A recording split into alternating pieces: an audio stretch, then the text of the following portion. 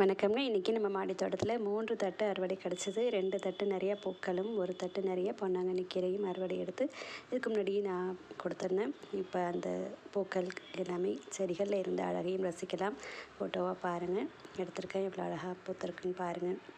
இதுக்கு முன்னாடி கோடை காலத்தில் பயன்படுத்தக்கூடாத உரங்கள் பற்றி நான் ஒரு பதிவு கொடுத்துருந்தேன். இப்போது கோடை காலத்தில் எந்தெந்த உரங்கள் பயன்படுத்தலாம் அப்படிங்கிறத பார்க்கலாம். நீர் உரங்கள் கொடுக்கலான்னு ஏற்கனவே சொல்லியிருக்கேன். பெஸ்ட்டான நீர் உரங்கள் பார்க்கலாங்க. கற்றாழை ரொம்ப பெஸ்ட்டுங்க.